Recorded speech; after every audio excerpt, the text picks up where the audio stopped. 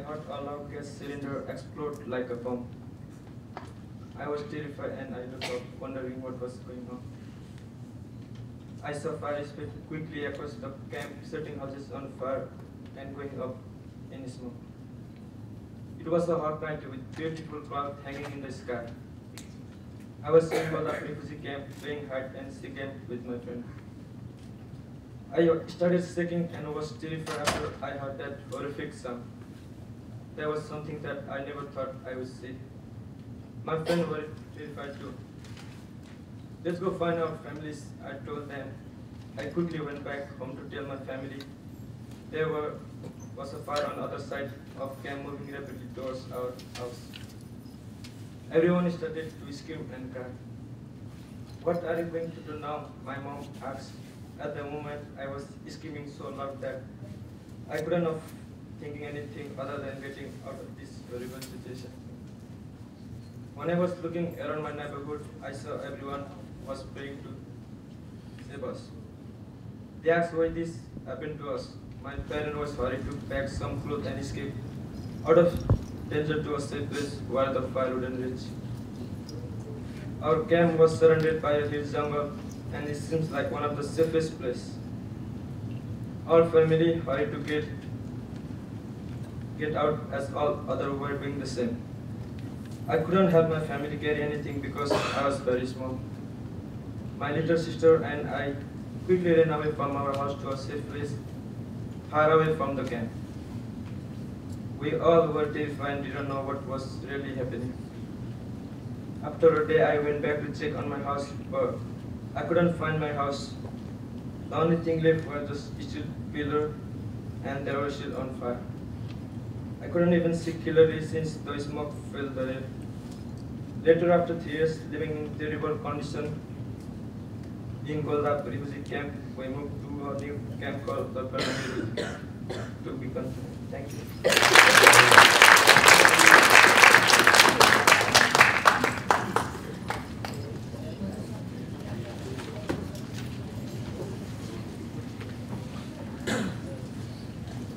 Fidel Korongziza.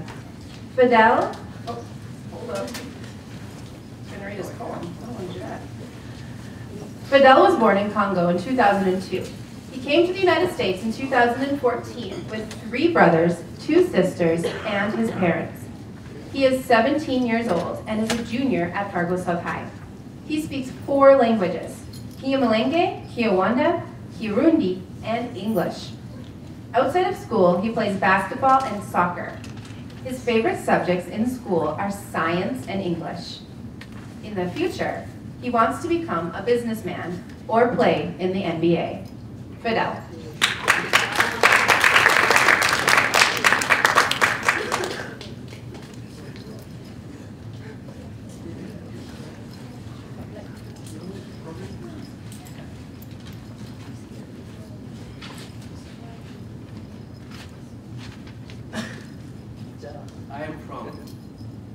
I'm from hot and rainy weather and high mountains and gorillas roaming free. From celebrating Christmas at church and watching movies about Jesus. From big fields of corn and tall avocado trees. From spending Christmas night in church. And from my mom Anna and my dad Cyprian and my brother Charles. From loud, noisy, and kind family. From rap music and action movies. I'm from Don't Come Home Late and Don't Steal. From Christianity and going to church on Sunday. From Congo, Rwanda, fufu and rice. From basketball, I'm from 18 years of laughter and craziness.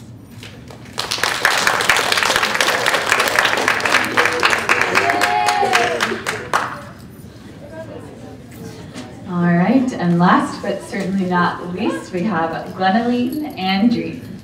Glennaline is 15 years old, and she was born in the Philippines in 2005. She goes to Fargo South, and she's a freshman. She came to the U.S. on November 30th, 2019. She speaks 2 languages, Tagalog and English. She plays volleyball and plays the position of libero, and she also does Taekwondo. She wants to be a lawyer in the future. Glennaline.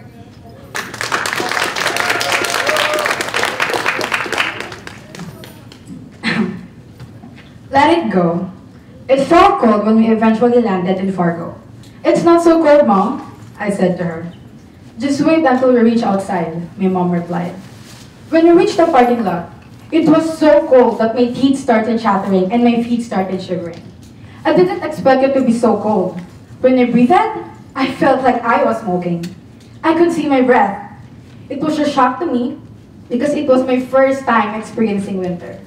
When we reached our house, I always thought twice before going outside again. It took me 3 days to get the courage to make the snow and make a snowman. I promised to make an Olaf-inspired snowman with my 4-year-old brother. I put on a layer of clothes to keep me warm. When my brother and I were about to go outside, he shouted, "My carrot!" "What do you mean?" I asked him. "I'm going to make Olaf from Frozen," he told me. We were walking outside on the road when I saw my mom trying to tell me something. I didn't understand what my mom was trying to tell me, so I went close to her. "That's a good way to get hit by a car," she yelled. "What?" I asked. "Use the sidewalk. Don't walk in the road," she told me.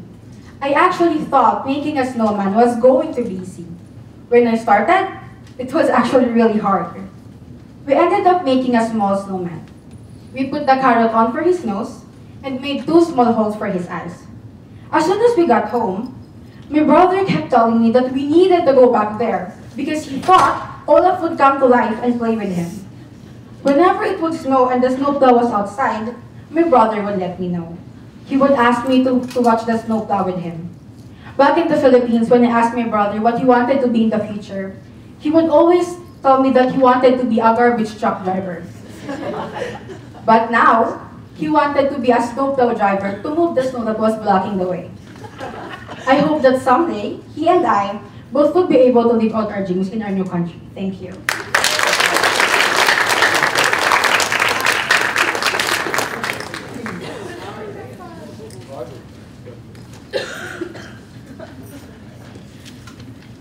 So that concludes our reading. We did finish a little early today, but I would like to first off thank you to the students because they are amazing. And let's give them another round of applause. I'm so proud of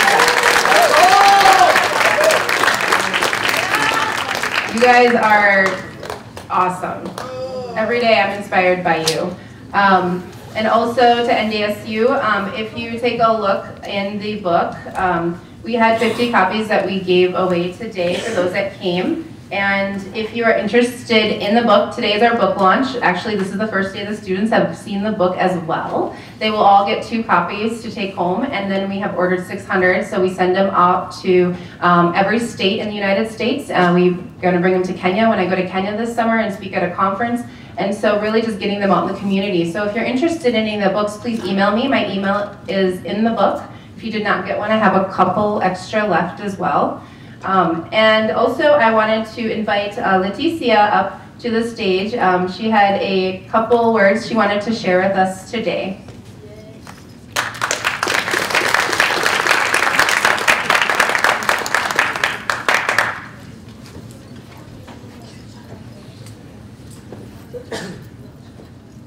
Wow, I don't even know what to tell you. I'm so impressed.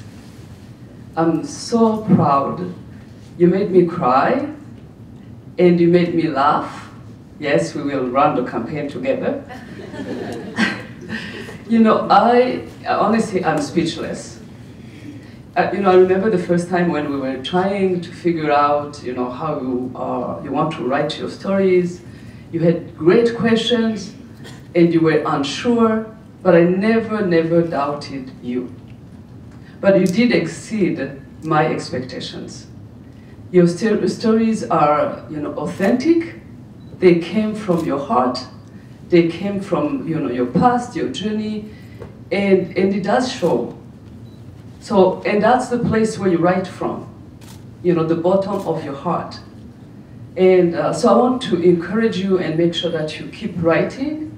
One, because I don't know if this was the case like me, it was very helpful as in my healing journey. Because with this kind of life, There is so much to unpack. There is so much that happened, so much that's still happening. And writing is truly therapeutic. And it's also a good way not to forget, because sometimes actually we need to remember. So I want to encourage you to continue writing, but also to continue dreaming, because you can be anything you want here. Keep working hard, keep dreaming, keep building these connections, and when in doubt, find good friends, talk to your teachers, because they are amazing, they love you, they want the best for you. Talk to a parent, talk to me, talk to anyone that you think can help you figure out whatever is going on. Because it's not going to be easy, not for you, not for me, not for anybody, but we all keep working hard and building connections and really keeping the eyes on the prize, whatever you want to become in the future. So don't let little or big pains or hurt or hiccups or falls make you feel like this is the end. I'll be watching you, I'll be cheering on you, and I really, really believe in you, and I hope you don't forget this moment. Thank you so much.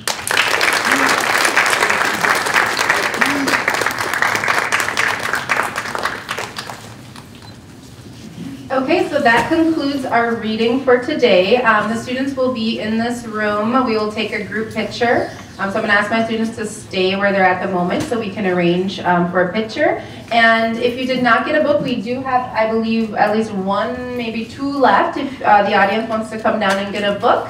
And also, audience, feel free to come and greet the students while we get ready for the picture. It'll just take a little bit. And our next venture, actually, our students have a NDSU admissions tour, and then we go to lunch in the RDC. So we have a full day here at NDSU, so we're pretty excited. So audience, feel free to come and greet the students if you'd like. And thank you so much to the students, first and foremost, and to NDSU, and to everyone, and my student teacher, Mrs. Martin, first of all. She's amazing. I cannot go any further without saying a million thank yous to her as well. So thank you, Ms. Martin. I almost didn't forget you. And to everyone who made this possible, thank you.